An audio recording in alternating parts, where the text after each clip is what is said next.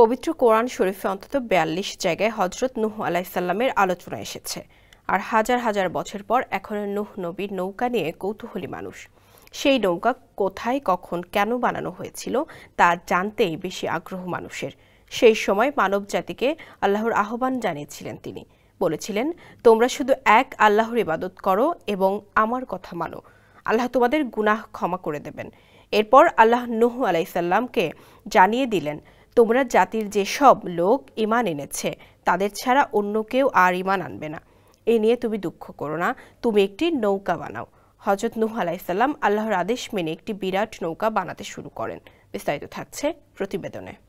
বিভিন্ন হাদিস কিতাব থেকে জানা যায়, মানুষ ধীরে ধীরে আল্লাহকে স্মরণ করা থেকে বিমুখ হতে লাগলো।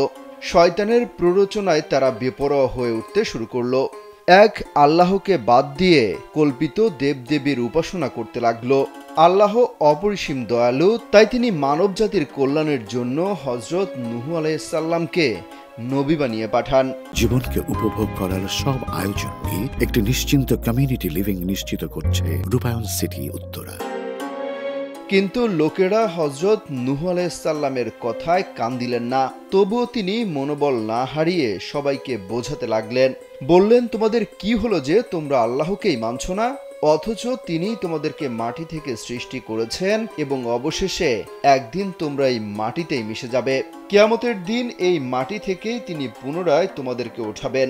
সুতরাং হে লোকেরা, তোমরাই আল্লাহর ইবাদত করো, আল্লাহর কাছে ক্ষমা চাও, নিশ্চয়ই তিনি বড় ক্ষমাশীল। এই কথা শুনে বিপথগামীরা তামাশা শুরু করলো। তারা বলল, যথেষ্ট হয়েছে, তুমি যদি সত্যবাদী হয়ে থাকো তাহলে আনো দেখি সেই আযাব যার ভয় সবাইকে দেখানো হচ্ছে। নূহ আলাইহিস সালাম বললেন, আল্লাহ যখন চাইবেন আযাব কেবল তখনই আসবে।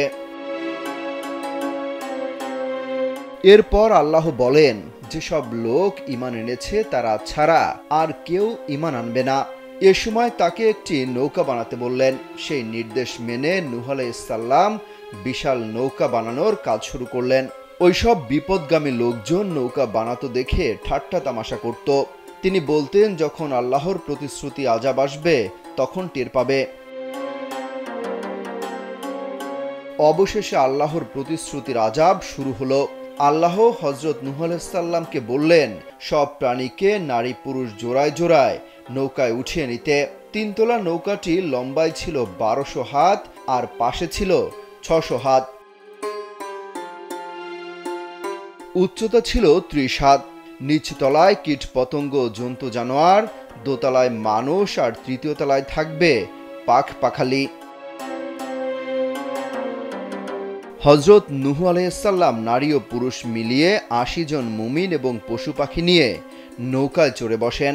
তারা নৌকায় ওঠার পরেই আকাশ ভেঙে তুফান শুরু হয়। মাটির নিচ থেকেও পানি উঠতে শুরু করে। দুদিকের পানি মিলে সবচেয়ে উঁচু পাহাড়েও 15 হাত উপরে পানি উঠে যায়। দুনিয়ায় থাকা এমন একজন কাফেরও ছিল না যে আল্লাহর এই আযাব থেকে বাঁচতে পেরেছে। বিশাল এই নৌকাটি 150 দিন ভেসে বেড়ায়, তারপর যদি পাহাড়ে নোঙর ফেলে। অমিত হাসান রবিন, কালবেলা।